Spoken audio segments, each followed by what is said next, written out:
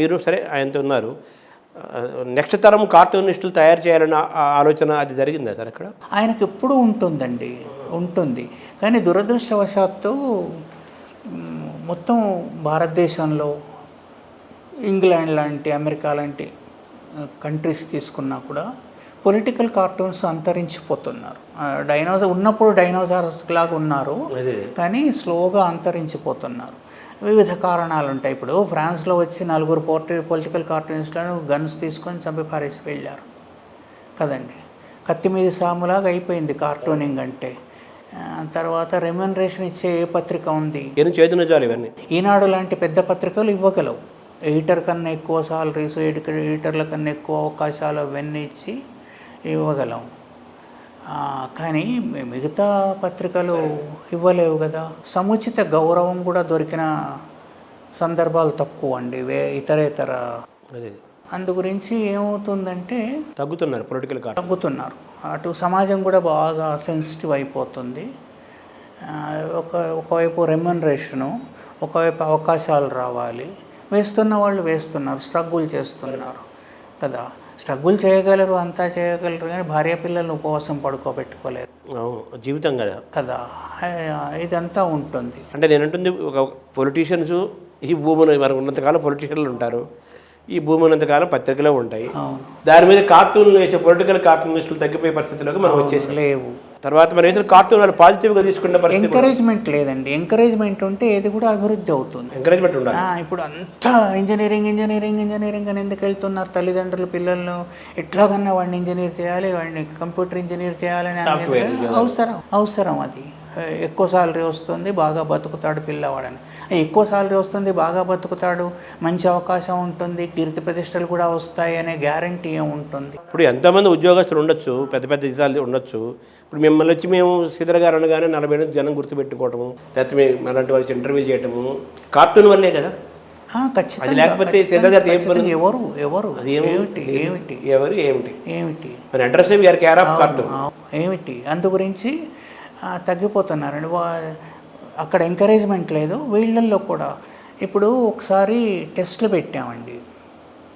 టెస్టులు పెట్టామంటే ఎవరిని తక్కువ చేయడానికి చెప్పట్లేదు, ఎవరి పేర్లు పరిస్థితులు 4 గుర్తులు ఇచ్చాను, పొలిటికల్ గుర్తులు. పొలిటికల్ కార్టూనిస్ట్ కావాలంటే పాలిటిక్స్ తెలిసి ఉండాలి. 4 గుర్తులు ఇచ్చాను. జయలలిత పార్టీ గుర్తు 2 ఆకులు, కమ్యూనిస్టులది సుత్తి కొడవలి, కంకి కొడవలి, తర్వాత లాలూ ప్రసాద్ లాంతర్, ఈ గుర్తులు ఇచ్చా. చెయ్యి గుర్తు, పువ్వు గుర్తు అయితే అందరు గుర్తుపడతారు. అవి పరిహరించి మా పాపులర్ గుర్తులే ఇచ్చా. కానీ అవి కూడా ఒకదానికొకటి రాశారు. కింద కూడా ఇచ్చా. అబ్జర్వేషన్ లేదు ముందు. అసలు ఏం జరుగుతుంది, ఎవరి గుర్తు ఏమిటి తెలియదు, ఎందుకంటే పాలిటిక్స్ ఫాలో అవ్వట్లేదు. ప్రారంభంలో చెప్పారు కదా, కార్టూన్ ఉండాల్సిన లక్షణాల్లో ఒకటి సెన్స్ ఆఫ్ హ్యూమర్ ఉండాలి, తర్వాత పాలిటిక్స్ని ఫాలో అవ్వాలి, దాని మీద ఇంట్రెస్ట్ ఉండాలి, కరెంట్ అఫైర్స్ తెలియాలి, నాలెడ్జ్ ఉండాలి. అది కూడా కరెంట్ అఫైర్స్ కాదండి. ఇప్పుడు బైడెన్ దగ్గర నుంచి చెప్పారు కింది దాకా తెలియాలి. అదే చెప్పాను కదా, తెలిసి తీరాలి. బైడెన్ గుర్తేమిటో చెప్పగలగాలి కదా. పొలిటికల్ గుర్తు ఉందా లేదా, ఏం గుర్తు, ఇంగ్లాండ్లో ఏం జరుగుతుంది, ఇదంతా చెప్పగలగాలి కదండి. గ్రెనేడాడ్లో ఏమైంది, తర్వాత వార్ గురించి చెప్పగలగాలి, ఉక్రెయిన్ వార్ గురించి, ఇజ్రాయెల్లో ఏం జరుగుతుంది చెప్పగలగాలి కదండి. చెప్పగలగకుంటే ఏమేస్తాం? సో మీరు అలా పరీక్షలు పెట్టి ఎవరైనా తీసుకుందాం చేద్దాం అనుకున్నా కానీ దొరకట్లేదు. తక్కువ మంది దొరకలేదు అని చెప్పలేము. తక్కువ మంది డిస్కరేజింగ్గా ఉంటుంది. అవును, కరెక్ట్. అవి గుర్తుపట్టిన వాళ్ళు ఇంకో విషయంలో సెన్స్ ఆఫ్ హ్యూమర్ అస్సలు లేకపోవచ్చు. నాలెడ్జ్ ఉంటుంది కానీ సెన్స్ ఆఫ్ హ్యూమర్ ఉండకపోవచ్చు. Sense of humour. ఒక ఎడిటరు, ఒక ఆర్టిస్టు, కార్టూనిస్ట్, అది కూడా ఆర్టిస్ట్ సరిపోడు. ఆర్టిస్ట్ అంటే మామూలుగా ఇట్లాంటి బొమ్మలు వేసేవాడు, దాన్ని క్యారికేచర్ హ్యూమరస్ చేయాలి. కరెక్ట్ కదా. హ్యూమరస్ చేసే క్యారికేచరిస్ట్, కార్టూనిస్ట్, వ్యంగ్యం చేసేవాడు ఒక ఎడిటర్, ఒక ఆర్టిస్టు, అది కార్టూనిస్టు, తర్వాత ఏమో ఒక సెన్స్ ఆఫ్ హ్యూమర్ ఉన్న హ్యూమరిస్ట్ కావాలి. ఈ 3 కలిస్తే వాళ్ళు కార్టూనిస్టులు అవుతారు. ఆ కాంబినేషన్ తగ్గిపోతుంది. అవకాశాలు సరైన అవకాశాలు లేవు. ఈ ఇతరేతర జర్నలిస్టులు ఏమనుకుంటారంటే, ఇప్పుడున్న పరిస్థితి వాళ్ళు స్థాయిలో పెద్దవాళ్ళం అనుకుంటారు.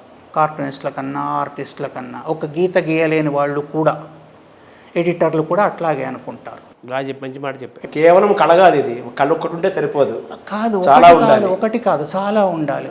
తర్వాత టైంకి వేయాలి. Deadlines do not wait 2-3 for రోజుల తర్వాత ఇన్స్పిరేషన్. చేస్తానంటే అవదు కదా. Deadlines do not wait for inspiration అంటారు. మన ఇన్స్పిరేషన్ వస్తాము, నాకు ఊహ వచ్చినప్పుడు వేస్తానంటే కార్టూన్ కాదు కదా, ఈ బొమ్మలే. పేపర్ రావాలి కదా. 7 o'clock వరకు చాప చుట్టేసుకోవాలి, నీకు ఐడియా వచ్చినా రాకున్నా. కానీ అదే పాలిటిక్స్ ఆ రోజు పాలిటిక్స్ పైన వేయాలి. క్వాలిటీ తగ్గకూడదు. క్వాలిటీ తగ్గకూడదు, రేపు రిజెక్ట్ చేస్తారు జనాలు. అవును. మన మీద దయదలిచి ఎడిటర్ వేసినా కూడా, ప్రింట్ అయినా కూడా పాఠకులు రిసీవ్ చేసుకోరు. పాఠకులు రిసీవ్ చేసుకోరు కదా. 4 సార్లు అట్లా వస్తే ఏమవుతుంది, స్టేల్ అయిపోతాం. పని ఈ మధ్య మీ కార్టూన్ పెద్ద బాగుంటుంది లేదంటే అయిపోతుంది. ఎవరైనా నమ్ముకుంది ఈ మధ్య బాగాలేదు అంటే సరిపోతుంది, అంతే. కుంగిపోతాం అంతే. ఆకాశం మించి కింద పడతాం. పడిపోయినట్టే విద్యార్థిలాగా ఉండాలి, నిత్య చైతన్యం నింపుకోవాలి. నహుషుడిలాగా కింద పడిపోతాం. కరెక్ట్, బాగా చెప్పారు. అయితే అట్లా ఉండకూడదు.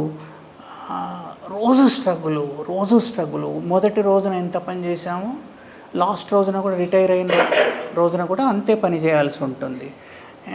అట్లా చేసే సామర్థ్యం, తర్వాత టైము ఎక్కడ ఉంటుంది. వాళ్లకు హాలిడేస్ కావాలి, వాళ్లకు కుటుంబం ఉంటుంది, ఇది చుట్టాలు ఉంటారు, ఓరు పోవడము, ఒకళ్ళ పెళ్ళి కావడం, ఇవన్నీ అటెండ్ కావాలి. అయితే నా లైఫ్లో నేను ఇది అటెండ్ అవ్వాలి. అదే ఎక్కడ వెళ్ళాలి. 13 సంవత్సరాలు చిన్న హాలిడే కూడా తీసుకోకుండా పనిచేశాను. 13 సంవత్సరాలు ఈనాడు ఇల్లు పొద్దునే వెళ్ళిపోవడం, ఒక పడుకోవడానికి మాత్రం ఇంటికి వచ్చేట్టుగా వచ్చేవాడిని.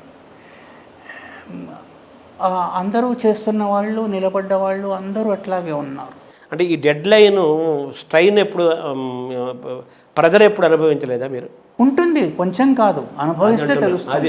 చాలా ప్రెషర్ ఉంటుంది.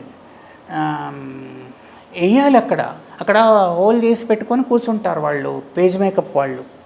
అక్కడ నా కార్టూన్ పెట్టాలి అక్కడ.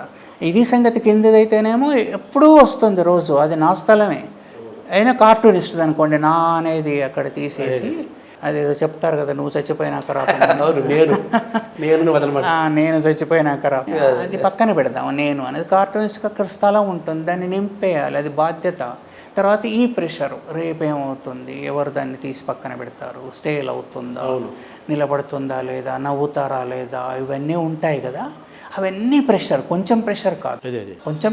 ప్రసవ వేదన అంటారు కదా, అంతకన్నా ఎక్కువ. అది మనకు తెలియదు కాబట్టి అట్లాంటిదే అనుకోవచ్చు. ఆ టైంకి డెలివరీ చేయాలి. ఒక్కోసారి క్వాలిటీ ఉండాలి. న్యూస్ చూడగానే వచ్చేస్తుందండి, ఇట్లా వేస్తే బాగుంటుంది కదా అని వచ్చేస్తుంది. ఒకసారేమో సచ్చిన రాత్రి 7 అయినా కూడా ఒక ఐడియా రాదు, ఏ మొహం పెట్టుకొని చూపెడతాము అన్నట్టుగా ఉంటుంది.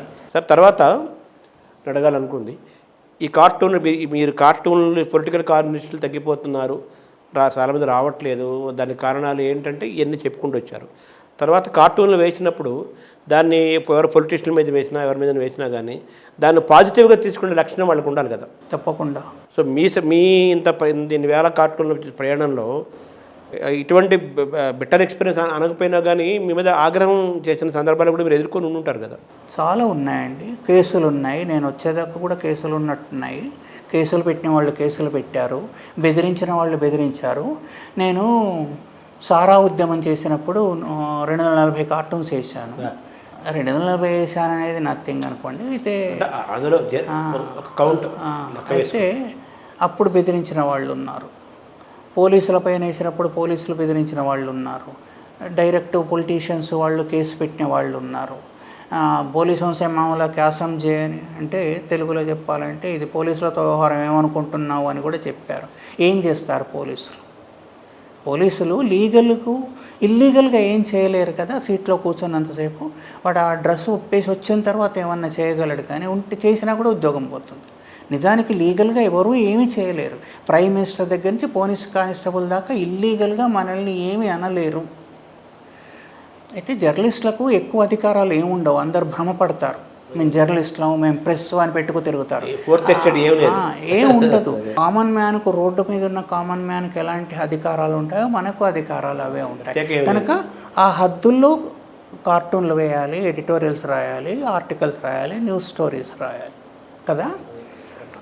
కాబట్టి ఆ హద్దు గీత దాటినప్పుడో లేకుంటే అది నొప్పించినప్పుడో తప్పకుండా కేసులు పెడతారు. సో ఇటువంటి సందర్భాల్లో రామోజీరావు గారు మీకు అండగా నిలబడ్డారు. ఖచ్చితంగా మొత్తం అక్కడ డిపార్ట్మెంట్ ఉంటుంది, లీగల్ డిపార్ట్మెంట్ ఉంటుంది.